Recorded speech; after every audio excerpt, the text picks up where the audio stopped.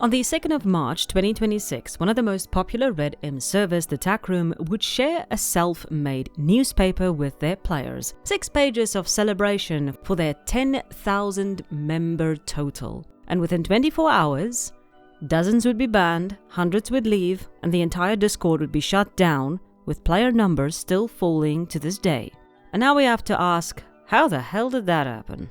If you ask the players what happened, they would have a few responses. They were angry about the rampant use of AI to fix broken code. Mods were bad-mouthing players in the staff chat, and of course, improper use of funds and not paying their mods or developers. All of these points have some merit, some strong, some not, but honestly, does it explain this entire meltdown that went on for over 24 hours before it was shut down? To understand that, we first need a brief overview of what is the Tackroom. My name is Rattle. I talk about horse game drama and sometimes I complain about pony games. If you want to see more content like this, please remember to like and subscribe. And of course, thank you to everyone who reached out and to my Ko-Fi supporters for always being awesome. Let's dive into this new horse game drama. The Tackroom's origin is an interesting one. Created in October 2024 by Country Sass, the server captured a lot of its fame in the wake of the Rift Trail's collapse, another Red M server that imploded in March of 2025. I hope this doesn't become an annual thing. The Rift Trails had stood as one of the oldest and most popular Red M servers at the time, but due to poor management and enforcing toxic positivity, the server would implode, leaving players hungry for a new space to call home. And the Tackroom quickly became the go-to for ex-fans of the Rift, a new space for horse geekery, and over the course of months they would not only grow very quickly, but players and mods alike would often use the Rift as a sort of comparison point, sometimes deliberately contrasting them in their actions, like openly sharing finances, making it clear, so very clear they were not using the money for their own personal gain, unlike the Rift. This is further reiterated by Sass herself. Every donation goes directly to the server to keep it running. But they stood by one key point, always. We are not like the Rift. Now, a lot of things happened for this implosion to be possible. Instead of going over the 3 main concerns one by one, I am instead going to run through a timeline of events that will slowly tick down to D-Day. Because as you'll see, it was an accumulation of problems that spread and leaked into every crevice and crack that was left open. For the rest of this video, you will also notice me referencing a few docs. The Staff Transparency doc, written by Sass, the What Really Happened doc, written by May, and Sass's response to my questions. These documents were released after some of the fallout, but before the huge crash out. The reason I am weaving them together in throughout this is to help keep the video focused and help the timeline make more sense. The document, sans the one Sass sent to me, will be in the description below, as I do not have permission to share that document. But let's start with this timeline, starting with April to June, the start.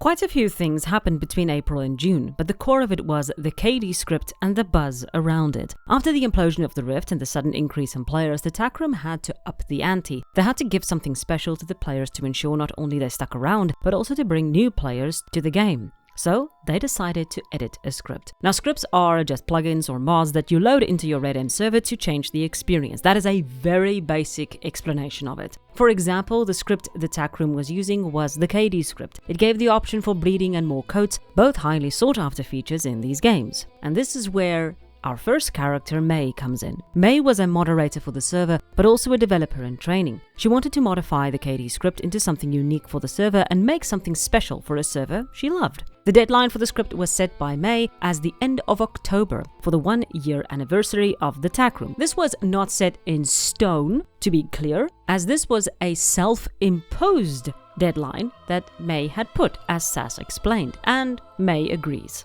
I consistently gave May time for that script. There was never a deadline. The deadline for it was set by her, never a time requirement, nothing. I felt better disappointing the community at this time on a script we hyped so much, if that meant May could focus on her schoolwork and her studies." End quote. However, this deadline would quickly become a crunch. It was not as easy as May had thought it would be, but she would make progress. In June of 2025, she managed to add in the first custom horse breed in the game, the quarter horse. This was a huge achievement, as custom horse models opened the door for basically any sort of breed to be added. Before the horse was launched, SAS and the marketing team pushed to advertise this new breed for the Tackroom, and it succeeded in bringing a fresh wave of people into the game. One of their team was a content creator, Abby Abnormal, an artist and editor who not only made wicked art, but worked to promote the Tackroom as well. The entire project was a huge success. Despite some hiccups and bugs and problems, players and staff were very happy with the end result when they finally released the quarter horse into the game. The modified KD script was a bit bumpy, but definitely promising. The feeling after this particular achievement, though, was really exhaustion. The team, devs, marketing and mods had been pushing for a while to hype and get the server ready for this, at least according to the moderators.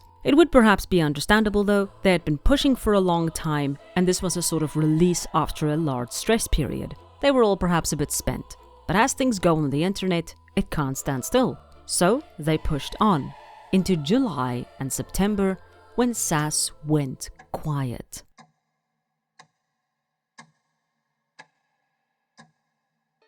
With the success of the quarter horse behind them, the staff had to look to the next big moment. The full launch of the KD script is still set for October. The time was ticking down, and May was hard at work to get it done. But on the 14th of July, Abby and apparently a few other mods would receive a peculiar ticket. Abby's in particular covered her poor communication and that she had to be more consistent in her work. On top of that, she was given a 2-week trial period. Please keep in mind that she was a volunteer. At most, the payment she had received up until that point was a $20 gift card that she never, picked up because it was a dodgy link. Abby was rightfully confused by this and would ask in far more polite terms, basically, what the fuck? 2 weeks would come and go, and SAS would never respond to her. Beyond being unprofessional, this would create confusion, frustration, and a form of ostracization. Abby, in her own words, said she had been shocked by this ticket, but more so by the lack of response from SAS, even when she herself had responded.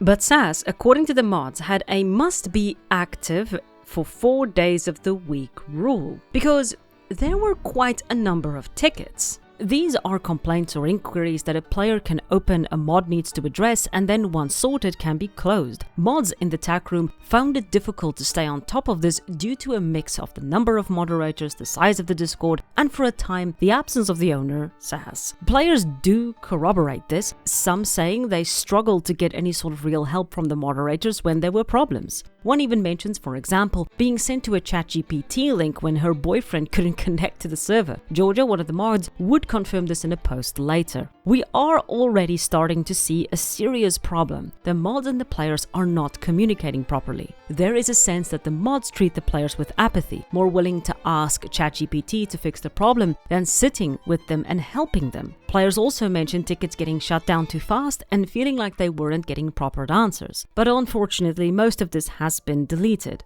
But it also creates a different problem. The moderators themselves seem to have a tear. Some of the mods got a ticket where they were said that they had to focus on fixing the problems, and some of them probably didn't. This meant that there was already a split in the mods in June, and this will become important later. However, something else was on the horizon: the server wipe. In August, they told the players they were going to wipe all of the KD horses in order to implement a new part of the code that allows for more features. Now, the second part of that announcement was great. The first part, not so much. These horses had been bought, some of them for hundreds of thousands of in-game dollars, so just having them be reset was a blow to a lot of the players. A few pointed out that this could potentially sink the server. Some felt this was necessary and said it was fine, and others felt it was a betrayal of trust, especially since the mods had promised they would not be wiping any horses. Now, SAS would chime in, pointing out that they had not expected May to get so far, that this hadn't been planned, but it was something that had to happen. They would give the players some compensation for the reset, and life moved on. However, if SAS was active in the public Discord, that was not the case for the staff chat. A few mods had noticed that staff was a bit absent between the months of July and September. As stated before, after the quarter horse update, the mods and SAS were burned out. She went so far as to say that she hated the way the community treated the mods. Yeah, we're going to see this in action later. But to be fair, in September, SAS would return with a happy announcement. The server had reached 7,500 members and was still growing.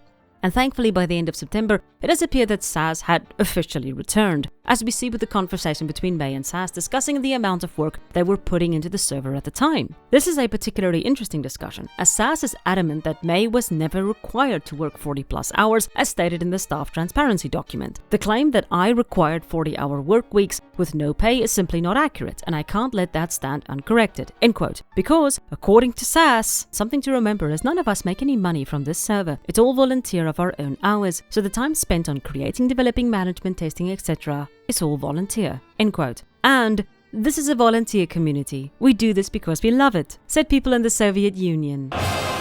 What we also see in these discussions is that SAS was willing to pay May $500 for her work as far back as August. At the very least, SAS was willing to give monetary compensation for May's hard work, which was a nice thought, seeing as they were making a good amount of money at this time. Here is what SAS stated about how much money they've made in September. $3,400 in 1 month, $12,000 on just TEBEX. And then for Ko-Fi, up to date $22,460. The server has been running for 16 months. If we just take the TEBEX and Ko-Fi, that comes up to $36,460. If we split that into 16 months, we get $2,200 a month. Scripts are a one-off payment, plus the server costs around $30. Let's be extra nice and say $100 if we include the website, which I don't know why they have that. That still leaves $2,100 just to use. If we cut off the taxes at 20%, according to this screen, we're still left with about $1,690, just to make it clear. Yes, there was money in the bank, at least $7,000 at one point, so they were saving pretty well.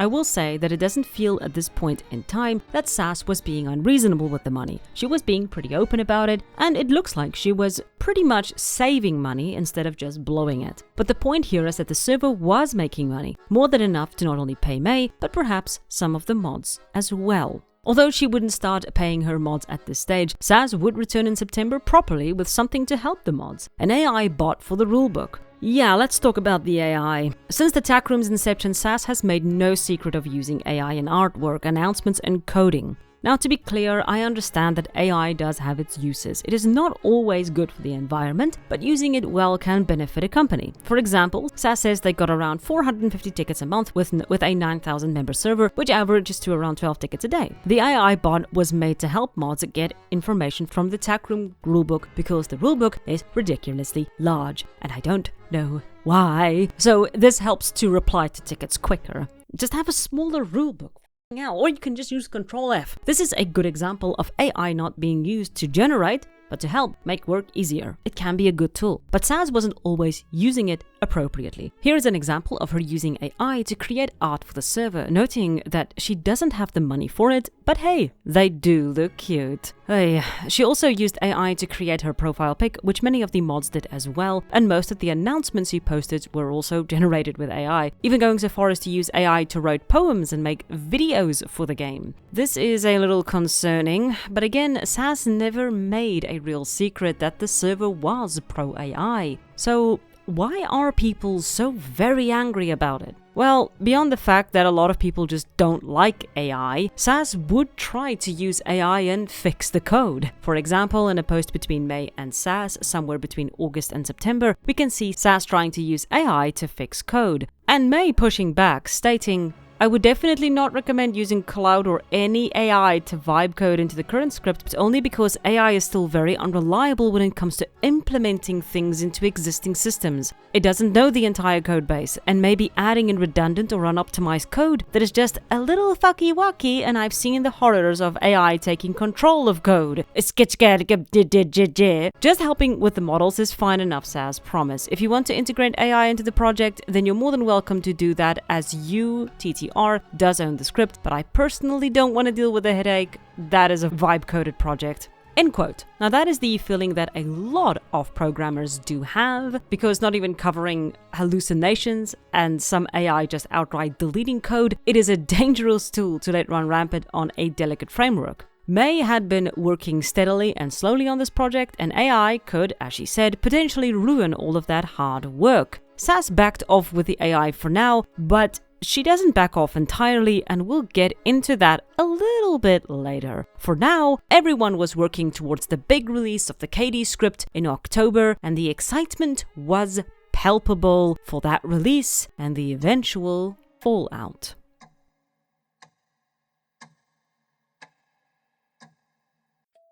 After months of work and hours of input, on the 15th of October 2025, the new modified KD script was finally dropped into the Tackroom, and it was a bit of a mess. Players found themselves with more bugs than they could shake a stick at. For example, on the 22nd of October, May would make this post. Recently in the server, we've identified a few performance issues in terms of lag, disconnect, crashes, etc. One of these that I've noticed is especially coming from the KD breeding script, due to how it tracks your foal's timers and their growth stages. So this update was felt across the server. Unfortunately, May would decide to take a 2-week break. So for 2 weeks, she basically said, I'm done, I'm not working on the script, but that sort of left the player base with all the problems still going. More crashes, more times out, and more problems were cropping up. So it was sort of a mixed bag of, thank you so much for the update, and yeah, okay, can you now fix the update, please? While May was on break though, another discussion was being had by SAS and the mods. This is a video chat log of a community meeting. As we can see by the summary, SAS will take a small percentage paycheck once monthly. This was confirmed by staff who would discuss it after, and as we can see, they weren't all that happy about it.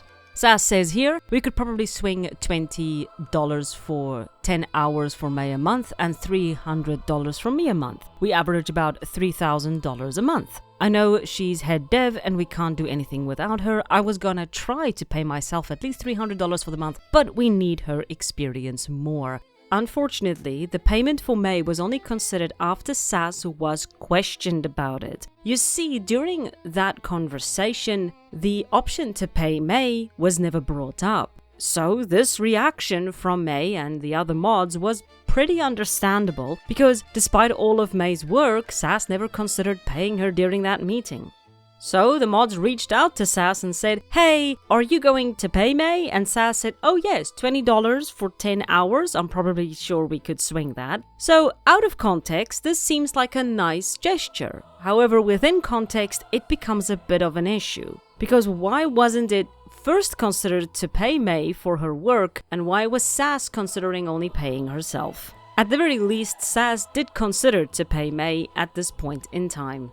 But unfortunately, May was just feeling tired of all of this. The break had given her perspective, a chance to really feel the amount of work she had been doing and for how little she was doing it for. Although she was grateful that SAS wanted to pay her, the many months that went with no payment felt wrong to her, especially when SAS was openly bragging about how much they were making. So on the 31st of October, May would quit. SAS would announce her departure, thanking her, but despite her hours of work and the amazing things May had managed to achieve, she would not be paid even for her past work. With May gone, there was a large hole left in the mod functionality. According to this post by SAS after May's departure, May did a lot. So much in fact that SAS did not expect her mods to pick up the slack she was leaving behind. We can also see SAS admitting that they did not know how to handle the problems with the code, but SAS will try and pick up on slack at that at least, and finally the server has some stability issues. This is what they were left with when May quit. Now according to May, she would leave a document explaining how to fix some of the problems, but I don't have a specific screen for that, so let's rather move on to what SAS's solution was for the situation. It was AI. Fixing every single one of our problems. Yeah, is that why the website has been down since this morning? Claudebot, fix the website. That's not going to do anything. It was just basically shooting all of the code through an AI bot. Now, let's actually pause here for a moment and ask the real question. If you can't code, why is it a bad idea to use AI to fix your code? In an article from Sonar, AI Developer Risks and Benefit, it goes over the benefits of AI, but also how it can be a problem in coding. Most of the issues come from inexperienced developers using AI to try and fix their code. AI can create security problems, redundant code, or even create bugs that weren't there previously in the pursuit to fix the bugs you were giving them to fix. Basically, if you don't understand what AI is doing, you can't possibly know if it's doing the right thing. AI cannot fix your code. It can be used to perhaps identify problems, but asking it to fix the issue is a risk. Now, SAS was not a developer. This created a new problem. More crashes, more bugs, more issues, which were all just fed back into the AI to try and fix. As you can imagine, player trust was eroding.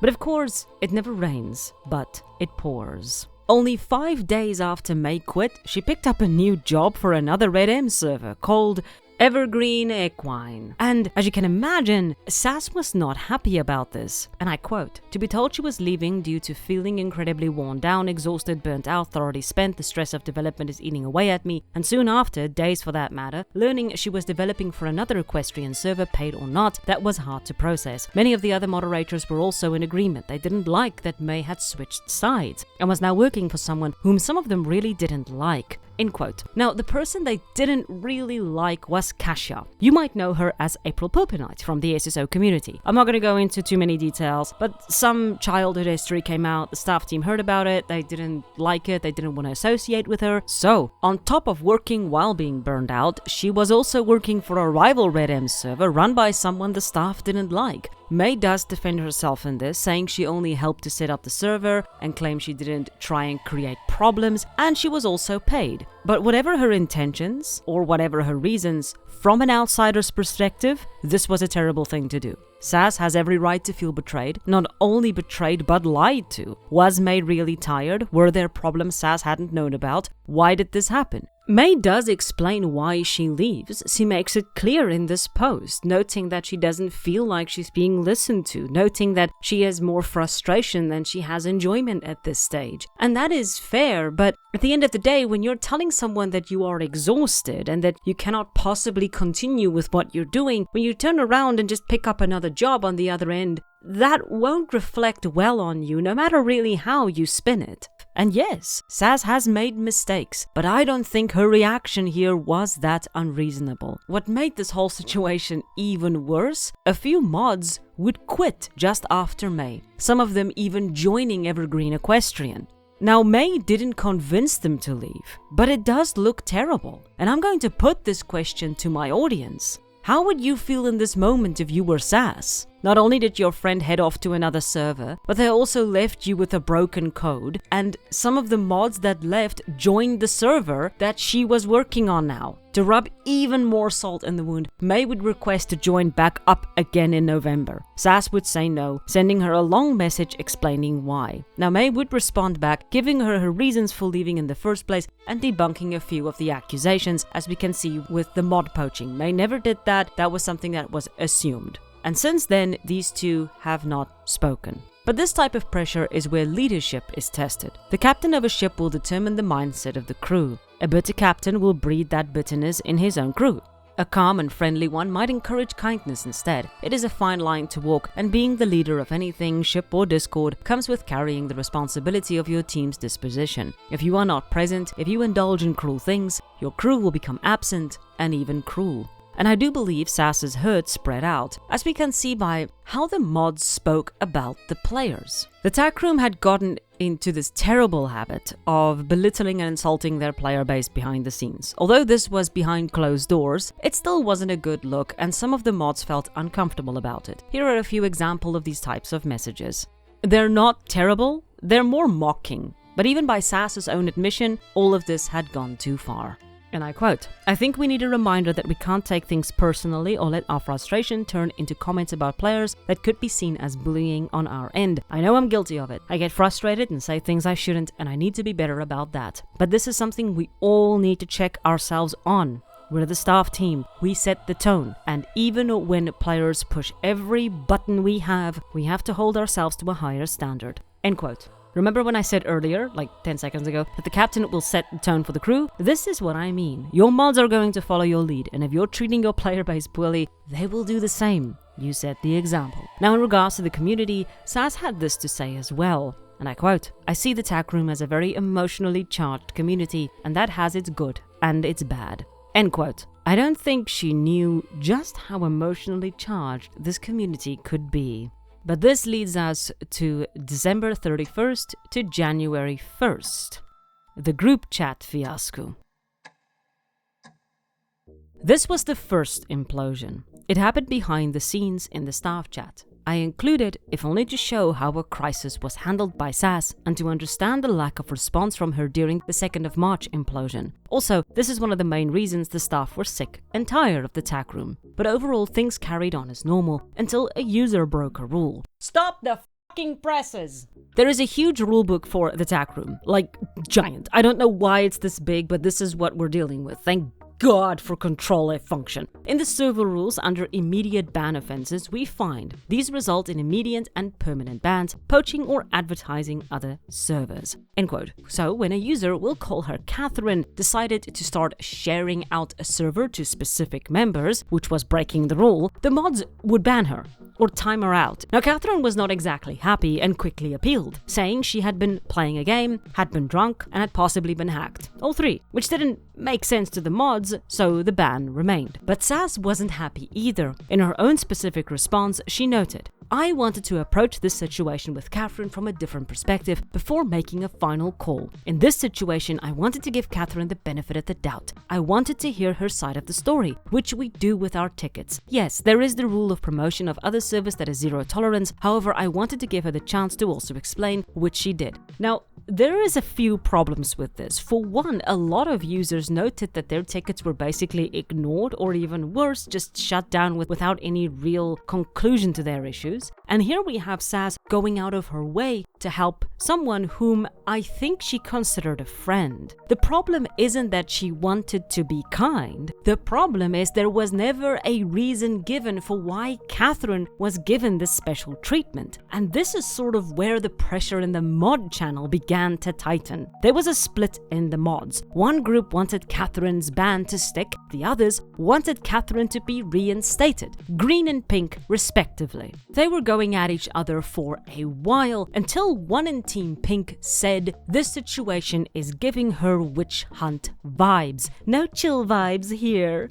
I feel like the above conversation gave witch hunt vibes, and I don't really like that. Now, Sass would respond, and then the lead admin, Yama, would basically respond to Sass, saying, you have your staff telling you how they feel, are you going to go backwards? Now, at this point, everything goes to hell in a basket. The Pink mod felt that she was being attacked by Yama, which we can see was not the case. Yama would apologize. But it was not enough for the Pink mod. Even after Yama apologizes again and explains why she responded this way because she was speaking to Sass, the Pink mod will not listen and declares that she does not feel safe expressing herself in this chat anymore.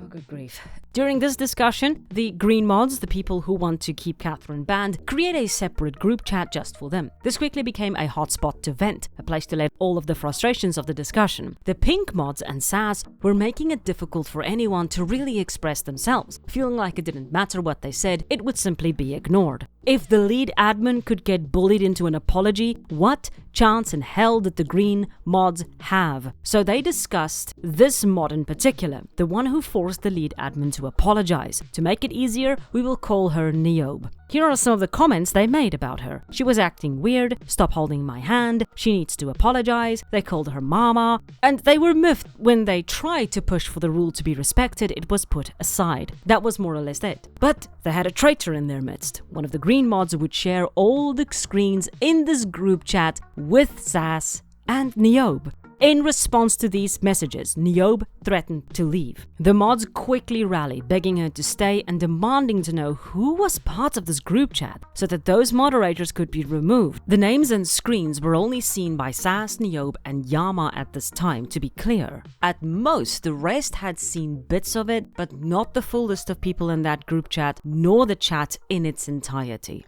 Yama, the lead admin, would quickly step in, saying that she had seen the posts and had taken the time to read through them. Although they were harsh, they were not bad-mouthing nor so cruel as to justify the explosion of anger. Once again, the Pinks demanded to see the logs. Yama again tried to reason, making it clear that having a space to vent is not wrong, even pointing out that all of them probably had private discords and spaces they used to vent or discuss privately. The Pinks went overboard and said that this is stupid to have private spaces, as it only creates more rifts between the mods if things aren't being discussed, which becomes extremely ironic when we look at how the mods had been speaking about players in their Discord. Furthermore, only Yama was addressing the main issue, the reason the chat was even made in the first place, because the Greens did not feel they could speak up. Yama would point this out again and again, but the Pinks were unmoved. The Greens needed to leave. Sass would sort of attempt to calm things down with messages like, we're all adults and deserve all to be spoken to with respect, especially right now. Emotions are still high, but if they're that high that comments are snarky are being made, please step away.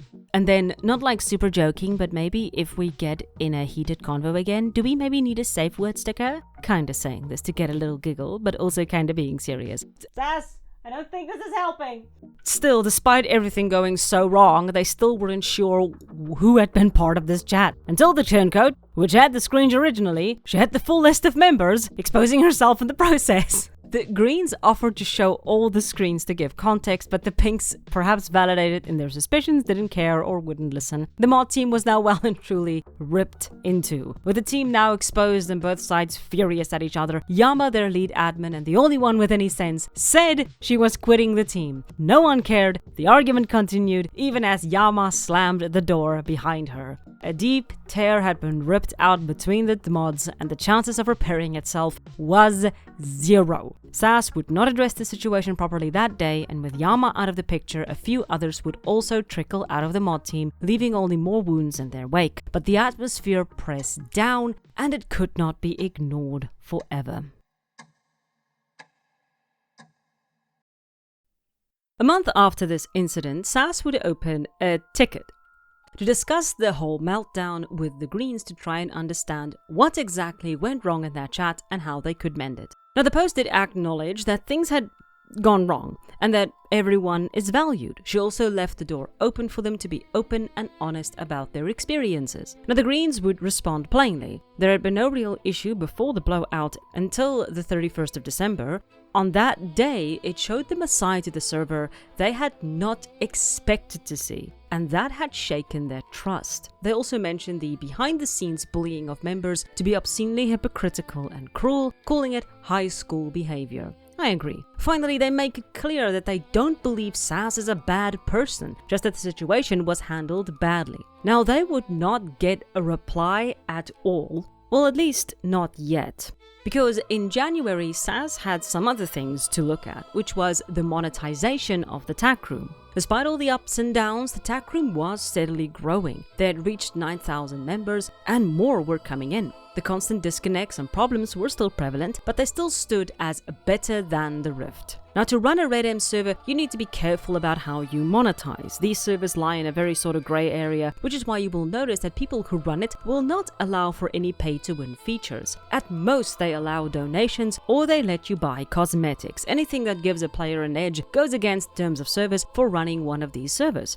So, how was Sass planning on monetizing the Tackroom? With queues, monthly licensing for auctions, and $100 for basically owning a clubhouse. And I quote, a player says, about to buy myself a supporting thing cause how was I number 19 in queue and now I'm number 23? And Sass responds to that in the staff room, well, the queue is working as intended from a business perspective. She also says, so we have the slots, we can go up to 1028, but I don't think the server would survive that. Also on the side of the server being a business in a way too, I want to leave the queue priority as a perk so people do continue to keep supporting. And then one of the other moderators says, WD Elf saying people are in the queue for like 2 hours? Like, nope, not a thing. Most people have said it's 30 minutes. People were disconnecting from the queue and not getting back into the queue where they were, just to be clear. Another one says, also could lock sellers behind a role that could be in-game dollar amount. Ooh, like they have to buy an auction license? And then she says, wait, timed role permission. I need to look at this again. Limit 5 horses listed. You have to buy a new license monthly. Oi, oi, oi. This was all on the topic of silent auctions. And then she says, like as harsh as this sounds, if they don't like that decision, there are other servers to play. It sounds shitty, but I want to give thanks to those that do support in some way other than just YMAPs and money. And again she says, it's as crappy as it sounds, a business move for the queues. And then she mentions that someone called Rainbow Salt reached out to ask if they could pay additional in real life money to have a clubhouse arena for their association. They would get a larger area to build, they could get a polyzone, they would still require a max amount of items to build with, there would need to be an association for X amount of time before they could inquire about it. And the pricing that she was thinking was $100. Yeah. In regards to making money on a RedM server, the discussions being held in the staff room was not how to make the game good enough to inspire donations, but rather how can we twist the game into such a pretzel that players will pay to smooth it out. As SAS says the queue is working as intended speaks to a greedy mindset, not a player mindset. And to top it off, that queue wasn't even tested properly. Basically, they did a live test of it. Now, I did ask SAS a lot of questions, and SAS would try to all of this, sort of. In her response, she says, and I quote, "I also want to make it clear about where the line is for me. Every idea I've brought to the table comes with the consideration that what players donate towards is worth it. It does not give them any pay-to-win advantage. Even in a sandbox where making more money in my eyes is pay-to-win." And she says about the silent auctions, there's never been any discussion on monetization of that. We can see the screens right here contradicting that point. I don't know if this is SAS not remembering, if it's her lying, or if it's just possibly AI. Because this document, along with SAS's transparency document, was in part written with AI. So, did SAS get it wrong or the AI? But seeing as SAS places such great trust in AI technology, I decided to run her answers through an AI myself to see what the reaction would be. The AI thought she was lying. And it says, the queue was explicitly designed to pressure people into paying. Silent auctions were discussed for monetization despite her denial. Association clubhouses were seriously considered for $100+ monthly fees. Staff lied about testing and SAS admitted it wasn't tested. The community's frustration was valid and consistently ignored. I want to say this right now, please don't use AI to reply to serious situations. This was just me making a point. I was pretty disappointed in this document overall. I felt that SAS didn't really respond to the serious issues. She sort of tried to dance around them in a way and didn't address the core of it. But on the 6th of February, SAS finally released the transparency document, which was a response to the moderator's concern, and it covered a few very specific things. May's departure and how SAS felt about it, the fallout after May left, citing the other 4 mods who also left with her, the KD script would be abandoned in favor of a brand new one, which is going to be paid for, $1,600 to $2,000 in total for the script, covering again that May had used AI and defending the AI usage in the Tackroom, disagreeing that she made May work a 40-hour week, and the Catherine situation had run away from them, but she was also confused about a few things. And then finally, she also addresses the player bad-mouthing, and I quote, "Moving forward, I will implement clearer guidelines about what language is and isn't acceptable in staff channels, even when venting. I will also try to create a system where staff can flag concerns to higher staff roles, or myself immediately, rather than waiting until situations escalate." End quote. The final part of the document covers how much SAS has been going through and how much has been piled onto her over the course of the last few months after May left. She also notes her husband hates the server and what it does to her, but she promises she's doing her best even if she doesn't always get it right. Now, the response to this document was a mixture of sympathy and anger. On the one hand, the mods felt bad that SAS had felt betrayed and that she was so overwhelmed. On the other, they felt she was twisting things to suit a narrative. One mod in particular, we'll call her Bunny, called out a few things. Basically, SAS said that May had been supported by staff, but Bunny said May had not, and on top of that, Bunny hadn't either. This is corroborated by Abby, who also felt pushed out at one point. Bunny would also point out that the main concern, the New Year explosion, was not properly addressed. In fact, the Greens who had created that group chat had been dogpiled, but this was delicately sidestepped and not addressed properly. The impression was that the group who made the chat were really outsiders, and the ones who were loyal to SAS weren't. Whether this was the case or not, that was the feeling the mods had. Now, in response to this, May would make her own document explaining her side and sort of pushing back against a lot of the stuff that SAS said. Now, we've gone through a lot of it, but the main takeaway is the Cassia-May discussion. Cassia reached out on the same day May had quit, offered sympathy, asked her if she was done with scripting, and when May said no, Cassia asked if May would consider helping with giving her as some advice in starting up a server. We can clearly see by the screens, Cassia did not ask May to write a script for her, because as May said, she had been burned out. Going back to the SAS situation, where SAS was upset and telling all of her moderators what a terrible person May was, I can absolutely understand SAS's reaction, but at the same time, sometimes we do get things wrong. After May's doc was released, the tear between the mods was basically now visible. And finally, we reach D-Day.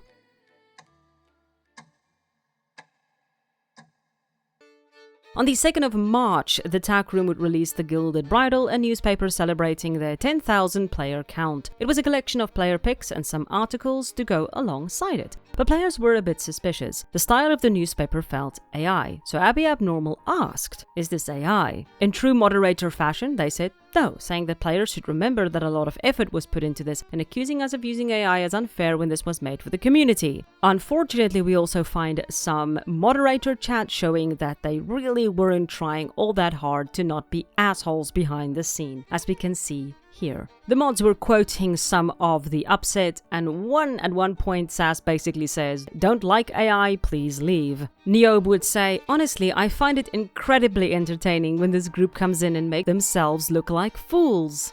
One of the mods responds, "I mean, they try." And Niobe says, "Oh no, they don't try. They make themselves look like fools. They succeed 100%. Then another mod says, "Honestly, they can go fuck themselves off to a diff server and completely leave." So despite Sass's request to not be assholes, they were not only still being assholes, she was actively participating in the assholery.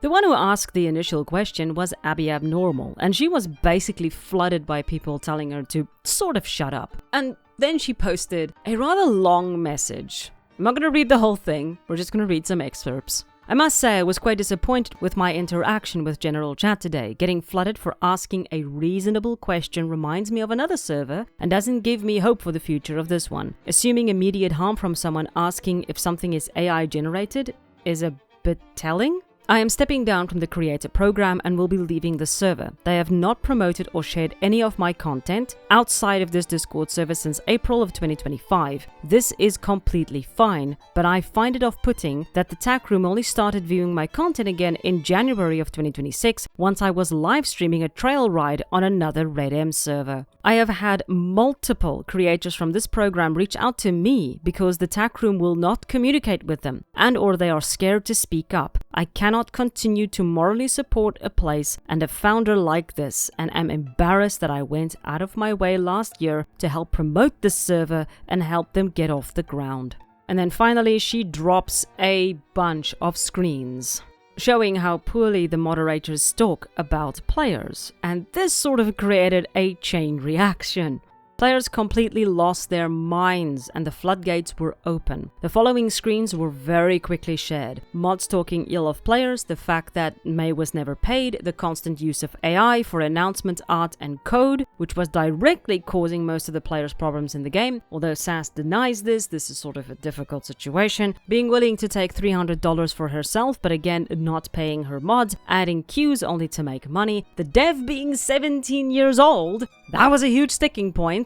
Other members being underage and not being removed because they had basically paid. The mods tried to keep a lid on things as best they could, but players wanted answers. Why was the dev 17 years old when he was hired? Why were the moderators talking ill of players? Why was May never paid? And so on and so forth. During this explosion, one player posted something along the lines of "fuck AI and fuck ICE," a political statement, which was deleted because politics went against the rules of the server. Now, in the context of that was the correct move. But within such a volatile situation, it resulted in a complete meltdown. The message was posted over and over and over and over. All of them were deleted. Now, this became a point of contention later, where the N-word and homophobic slurs were not being removed, but this spam was religiously removed. It could be that the slurs were lost in the flood. It's not impossible, especially if we consider the speed at which the messages were being sent. Even with a 1-minute cooldown, the flood of messages was just constant. But it got a little stranger when the word clanker appeared to become problematic. Clanker, for those of you who don't know, is a derogatory phrase used to describe pro-AI users, a term that finds its origin in Star Wars. Now, during the deletion of messages, I was under the impression an AI bot was deleting these clanker messages, but it didn't appear to be so. Because when I posted clanker as an image, it was not deleted, but when another user did it, it was. So it appeared to be selective, which just spurred on the fire even more. One mod would claim that they were not deleting messages, which wasn't true. I have footage of this happening in real time. See? And then, suddenly,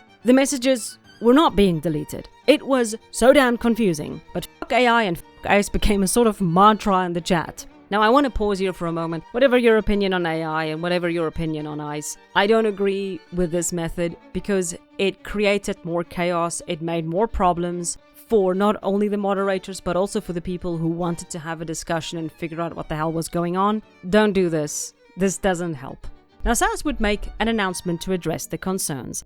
Let's go over this.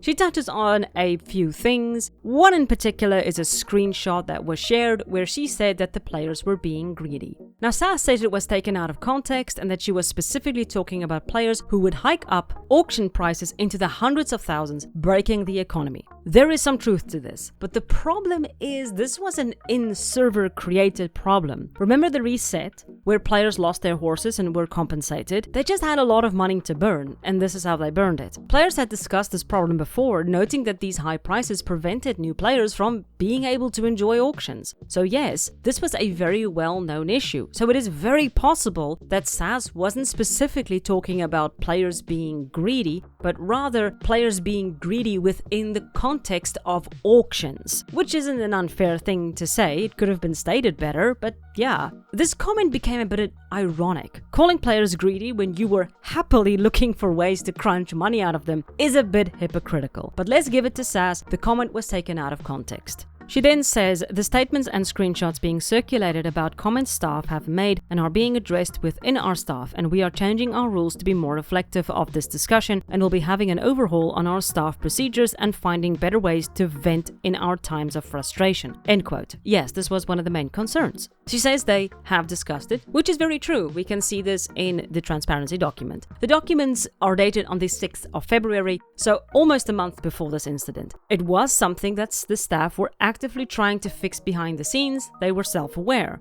But the problem is twofold. One, there is no apology. SAS doesn't really say, I'm sorry that the staff said these horrible things. I know I hurt you and I have been trying to fix this. And secondly, we just saw earlier that the staff were still being assholes behind the scenes. So there wasn't anything being done about it. And then she says in the announcement, the server operates as a registered business with document ownership, tax filings and maintained records. There has been no theft. There has been no funneling of money. There has been no scamming. Money that has been donated to the server has gone to supporting the server. That may mean hourly payments, contractor scripts, taxes, and upkeep for the server. Publicly accusing someone of financial misconduct or claiming being scammed when that is not true is not gossip or drama, it's defamation. End quote. I don't know about the defamation section, but I actually have no idea where people got the impression she had been funneling money. Funneling money means taking money from different sources and funneling them into one bank account. I guess you could make the argument she was pulling it all into her bank account, but where else would it go? The Tackroom was not an LLC from the start of its inception. It was a fun server for friends that got donations to stay active. So far, I have seen no evidence to suggest SAS has been using funds inappropriately. In fact, as far as I can see, she's been pretty careful with the funds and trying to use them responsibly. The first time she even considered paying herself was in October, a year after the Tackroom opened, and not even a lot. So yes, no mishandling of funds and no funneling of money. At most, we can say that she should have paid May sooner. I think that even SAS can agree with that, but that does not equate embezzlement or stealing or anything along those lines. So let's just cut that off right at the neck. Now, SAS does say that she hired a new developer, but the problem is, when she hired him, he was 17 at the time, on an 18+ server. But I'll let SAS explain why that apparently wasn't an issue. One of the mods say, so in the eyes of Red Dead, he is legal. We just have to say that the 18+ is to be inclusive of all countries where the age of an adult is 18, maybe? And then SAS says, and maybe that's a fault of mine for not asking his age, but when someone says they have 8+ years experience with 5M scripts, I didn't even think twice about him being under 18 potentially. And then another mod says, we just need to tell the peeps he is 18, nothing more. And then another mod says, part of their argument is that we hired him as being underage, just devil's advocate, and SAS says, but he is legal to be hired as a contractor. What are you doing? What in God's name are you doing? This is lying. This is blatant lying to your audience. No doubt, no two ways, no possibly perhaps. It is a lie you are considering to tell your audience about the age of your developer to get out of Dodge. I ask again, what are you thinking? But oh, it gets much worse. One of the mods says, and I quote, what defines a minor? When they can work, when they can drink, the age it's legal to have sex, when you can learn to drive, because in New Zealand and Australia, all that is 16. A 23-year-old can have sex with a 17-year-old, and as long as the 17-year-old consented, then it's perfectly legal. They are deemed an adult to make that decision. So what they see as a minor in the USA is an adult here. This discussion made my hair stand on end. The age of adulthood and the age of consent are two very different things. As an adult, it is our responsibility to ensure that the people we hire are not only qualified, but of age to be hired, because we will be held legally responsible because we are the adult. That is why there is an age that is considered an adult. He is still a minor. No, if he goes to trial, he is considered a minor in the eyes of the law. God in heaven. So the announcement ends with an obligatory "we will not tolerate harassment, bullying and so on," and of course, no negative comments to users of AI.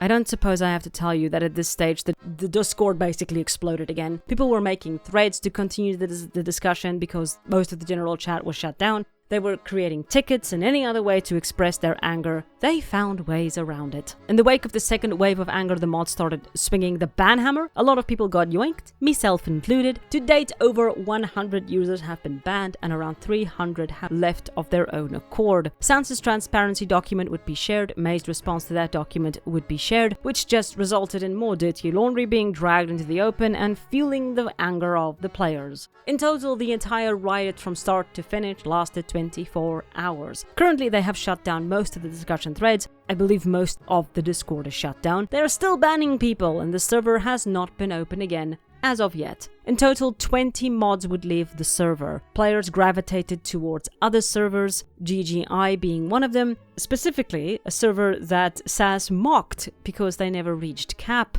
I guess what goes around comes around. But mostly, players felt hurt and angry at SAS for not only doing this behind their backs, for being pro-AI and for treating her players so poorly, but also for losing their community. It rippled out even further than that. There were associates, which were servers connected to TTR. These associates had been separate servers where players who didn't want to be on the main Discord had a little space to call home. The shockwave hit all of these places and a lot of them shut down. And the numbers are still falling in the Discord. They are under 10,000 right now. But the question in the wake of all of this is, was there anything that could have been done better? During the whole explosion, I asked players why were they responding so viciously? What prompted this explosion? The core of the answer was, we didn't feel like we could speak.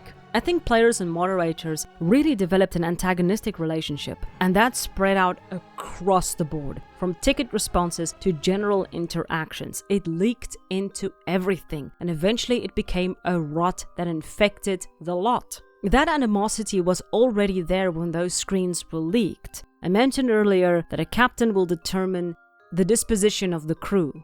And this sort of shows it. Now, I do not agree nor do I condone the reaction, because apparently people were getting death threats and they were being harassed. Don't do that, you are just creating more problems for everyone involved.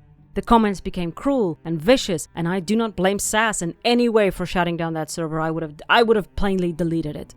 But I also think, and this is more an opinion, that I think AI is to blame for this. I have to sort of explain what I mean by this. When we use AI to write and design, we find ourselves disconnected from our creations. Think about it like trying to get excited about someone else's creation versus your own. Even if it's a little wonky or weird, it's yours. It came from you.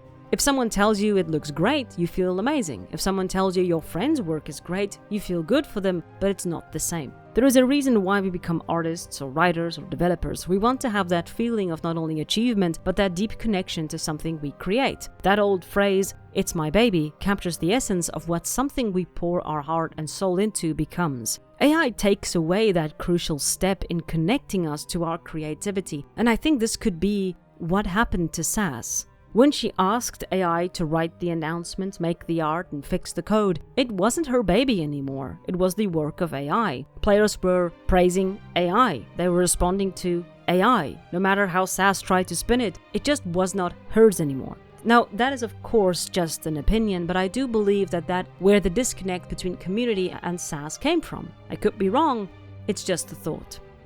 So what have we learned from all of this? Respect your player base. Don't condone any bad-mouthing of them, because that will leak out into every interaction you have with them. And pay your moderators. Stop riding on volunteers. I'm sick of that. Thanks for watching.